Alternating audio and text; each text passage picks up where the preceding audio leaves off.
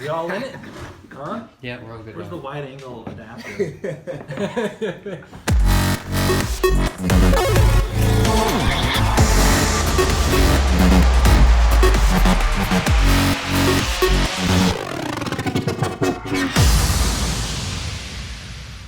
What's up, guys? Welcome to episode 7 of The Grand App Show. And we have a special guest, if you didn't know. My man, Two Eagles. Give him a shout out. Tell him where you're from, what you find you. Who are you I'm about? Two Eagles Marcus. My company's Glitter Booth Photo Booth, and we build emotional connections through the use of photo marketing, or actually photographic experiences. So really connecting with people, photo, video. That's like some of the, not video, photo, right? Photo in the live events. Give him like a walkthrough. Yeah, I They're- like they're the at event. emotional connection. I like the description of that. So kind of elaborate on emotional connection. It's a big with what value you do. sell, actually. I know. Our it sales is is. actually kind I of like shitty it. nowadays. What's Grand Apps? We have mobile Yeah, apps right. and websites, social media maybe. Okay, well, in the realm of, let's say, a wedding, what we do is we provide a high-end red carpet experience, and this is the most important day of someone's life, and they're going to have all their family there. These are people that they see, they're all going to be a room together probably once, maybe 2 times in your whole life. So I never thought of that. having That's those it. people there and being able to spend time with them, and even if it's a brief moment, get having the bride have a picture with great grandma or Aunt Betty who lives in Alaska or whatever it is. You capture that emotion and it gets embodied into this printout that you'll have forever, and you'll be able to always look at that and say, man, that was so fantastic seeing her, or that was the last time I saw grandma. I'm really glad that we have this picture of us all having fun, because typically, especially with grandmas, they really don't know what's going on, so you have to take like 50 photos. Yeah. I know.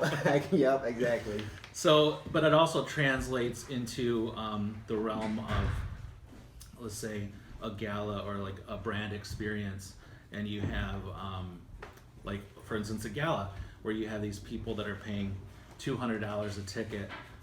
They're renting tuxedos, they're buying gowns, they're buying jewelry, they're spending $200 to get their hair done. They're staying in, they're getting this, all these services for this one special night out. And once that event's over, there's nothing left. It's just, that was a great event, and they forget about it. But if you have this photo that can really connect your brand with that experience, that happy experience, and it has your company's logo on it, and then they take that special photo and they put it somewhere of prominence, they'll put it on their refrigerator, which in my opinion is the best real estate you could ever have anywhere when it comes to marketing. So every time they look at that photo and they're like, wow, that was one of the best nights of our lives. Thank you, Grand Apps, for sponsoring the Glitter Booth that night. I really appreciate So it. let's say monetize. You get the sponsors paired up with it, and then Yep. yeah. But there's also, you have that photo that's up on their refrigerator. Was that a sales pitch, by the way? I think he's trying to sell. Hey, Right. we Very can talk soft, about that. very soft. Very soft. So Nice. I like it. you have that, but also you can actually extend that reach of those photos by adding the social sharing feature, and then even which with that, after the photo's taken, you go to a kiosk and you can send that the photo via email or text, but then also you can there's analytics involved after post event, so you can see the reach and the impressions and the social media services that were used to actually share that photo. So I'm kind of curious now. When did you decide you have to add social to that, to the services you're doing? When was that factor? How did you justify? Was it extra expense, investment you had to do? Yeah, there was an extra expense in it, but that's where a lot of, there's so much of the values there is to be able to broadcast that image out and get your get a company's logo in all those feeds. Yep. And that kind of was, So it's almost was like a along- Snapchat filter in a way. Like Glitter Booth Snapchat or Glitter Booth filter that's one-time picture, but it stays around on their fridge forever. Yeah, like that's the thing with social media. With the popularity of Instagram, you're doing there's 50 million photos posting every few minutes or something. Yeah. And with teens, they'll spend the time to take 50 photos to get that one perfect selfie. But that perfect I do selfie, the same. Is that okay? that perfect selfie only lasts for like a day, and then it gets pushed down in your photos, and it keeps getting pushed down. When you have a photo from the glitter booth, you know, you have this print, which I don't know about you. I mean, either one of you. When's the last time you printed a photo? Can't recall. CVS when I was like See. 7 years old. See. Remember? You go to CVS and get the printout. Yeah, that was last time. The having an actual printout is such a novel thing. It's very memorable, and it's a takeaway that this literally will not get thrown away. You know, in a trade show environment, anything that you hand out, there's so much noise out there. You're gonna have a bag of 50 to 100 flyers, brochures, business cards. The only thing you're gonna care about is that photo of you. That's gonna go like in your pocket. That's gonna go somewhere where it will not get tossed out. So that will actually help you cut through the noise at trade shows too, because that you get the attention. Yeah. People will be like, "Hey, what's going on?" All those people are circling that booth, the Grand Apps booth. Another one. Coming in Ding. 2017. Once you get to the third pitch, they're And gonna the be ding interested. Yeah, that's great. So in this industry, right? What's because we like to talk about marketing, business, just general business topics to our audience, because we sell B2B, so we have a lot of business owners out there. So maybe what's one tip I like to ask this among everybody that you've learned starting your business that you wish you would have known starting out?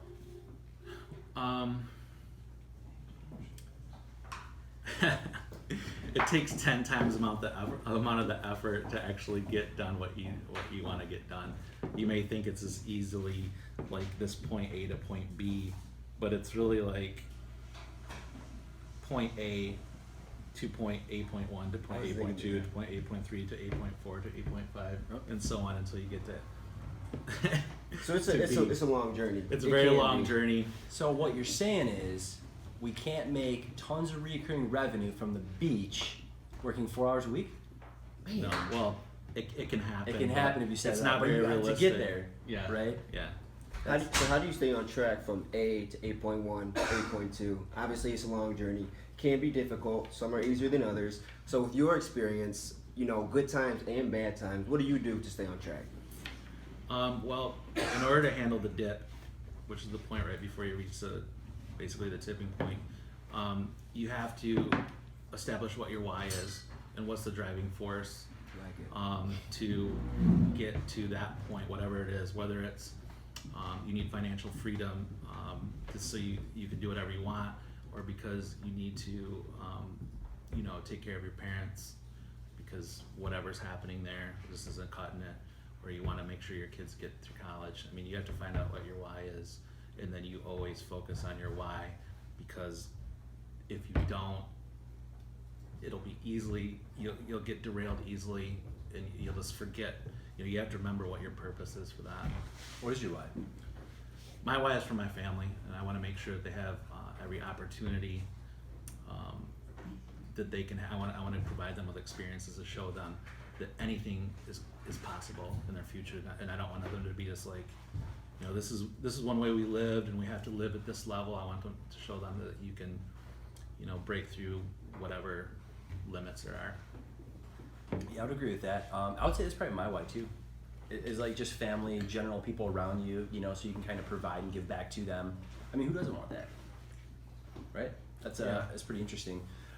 So I'll talk about, what are you doing right now for your business as far as marketing, right? Because we are more of a marketing company, right, in the social world and digital. How are you promoting yourself? I know, we met through Snapchat and maybe Facebook, kind of in a way, but a lot through digital platforms, kind of going back and forth and throwing some jabs. And you're only, like he would say, Chris, you're only working until 11 at night. Yeah, I'm here at 2 a.m. right, like setting up for this trade show. And it's like, man, like, so I'd make sure like I woke up early to especially get here at like 5 a.m. to show them up, because I'm very competitive and I don't like losing.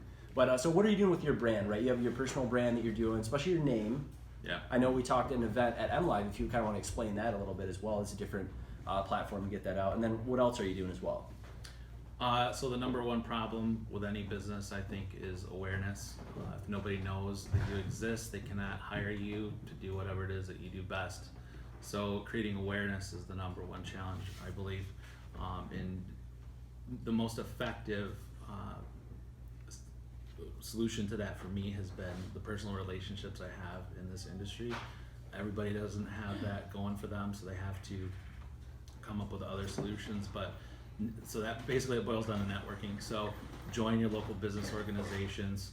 I mean, number one, you should do that anyways, because if you expect these local businesses to support you, you have to support that economy. Yep. You also should make giving back part of your strategy. It's important to support your community, and also the number one the number one supporter of your local community is your local businesses. Nobody's coming in from any other city to support our local economy. So local first, not always, but local Yep. first.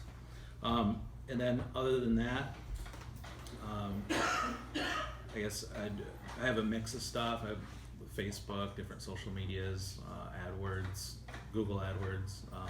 I'm curious about that now. So AdWords, what are you seeing? Better traction AdWords or Facebook sponsored ads? I haven't put much money behind Facebook. Will, I'm just kidding. He's our social director. I'm not pitching. I'm just like I'm actually like curious to do a comparative analysis. I think personally, you get better bang for buck for Facebook right now. So honestly, I feel like Facebook is the new AdWords, you know, in a way. But I was curious if you were trying both. Well, the thing is, you have a huge team, so you can like do a lot more. You Yeah. can spread it out further. Right now, I mean, Yeah, I am like everything to the company, so it's easy to say, oh, you should be on AdWords, and even though being a small company, I can pivot quickly. Sometimes it's like I'm trying to optimize on the AdWords right now, and I know, Yeah. like after the expo, I just got back Right. from the Photo Booth Expo, Yeah. and they're like, dude, Facebook. So I'm definitely going to be going to that quickly, but you do have to have your dollars spread around. You can't just put everything Yeah, in absolutely. one place. You have to be out in that mix. You have to have those overlapping media channels, because you know the thing is, one person is going to see you on Facebook, and then they're going to Google a photo booth, and they're going to see you on AdWords, and then they're going to be at the whatever local event, what other gala, and they're going to be like, hey, there's the glitter booth again. That dude's everywhere. You want to be, known for that product. Yeah, I would agree. Yeah, that's yeah. It's hard, man, being a little speedboat, right? Sometimes you do like literally everything. I mean, that was the same thing. Luckily, this guy helped me out with a lot of stuff, right? Yeah. Still does the same thing, but no, I get it 100%. And it's hard too, 'cause it's always changing, Yeah. like rapidly, right? Like we gotta be on Facebook, now you gotta be on AdWords, now you gotta be on print. It's like, I get it. You know, we talk to our business owners and they're the same way. They have no idea what to do, and that's where like the educational process comes in. And it's getting exponentially faster too for it. But yeah, that's good, man. Yeah, I'm happy you came on the show because I wanted to know what your number one tip was for success, and that really makes me happy that you're saying just keep putting forth effort, because you know me, right? You know my MO. It's like hustle, work on weekends, stay up really late. I don't really stay up too late though anymore, so we'll get that kind of cleared up for the record. But yeah, so anything else you want to tell them? We're gonna link your website, do a little bing with your logo, everything there. Your last sales pitch. We'll be a sales pitch to someone. I'll say someone's looking, saying, I want to get a glitter booth. My last sales pitch is, if you want reliable service and you want to know that you're going to have a company that's actually going to show up and handle your business and handle it properly. I mean, live events is what we do. We do it all the time. And that'll be it. Sold. We got it. Yeah, appreciate it. Thanks for coming, man. Thanks. Appreciate you. Thank Check you. out his website. If you have any questions, let us know. We'll direct you to him. And yeah, we'll see you guys in episode 8. It's 7, right? Something like that. It's 8. We're going to get back on track, guys. We apologize. See you guys next episode.